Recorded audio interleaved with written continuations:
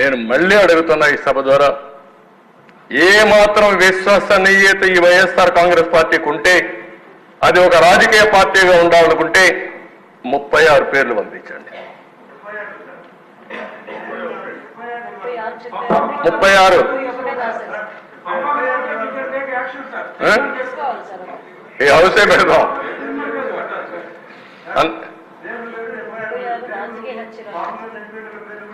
ఆ పేర్లు ఇస్తే దానిపైన మన పేర్లు అట్టగా ఎఫ్ఐఆర్ లో ఉంటుంది కదా, ఎఫ్ఐఆర్ కూడా ఇమ్మంటాం వాళ్ళని, వాళ్ళు కూడా ఎఫ్ఐఆర్ కూడా ఇమ్మంటాం. 36 మంది పేర్లు, అదే 36 రాజకీయ హత్యలు ఎఫ్ఐఆర్లు కూడా ఇమ్మని డిమాండ్ చేస్తున్నా.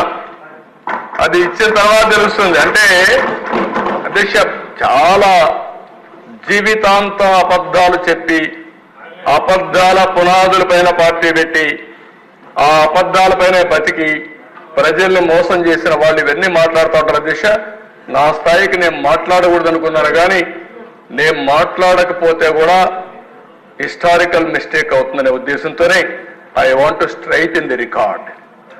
లేకపోతే నేను మాట్లాడేవాడు కదా, నా జీవితంలో ఎప్పుడు నేను ఇవన్నీ మాట్లాడలేదు. ఆ రోజు ఉండే నాయకులు హుందాతనంగా బిహేవ్ చేశారు. ఇక్కడ హుందానే లేదు, పద్ధతి లేని వాళ్ళు వచ్చారు.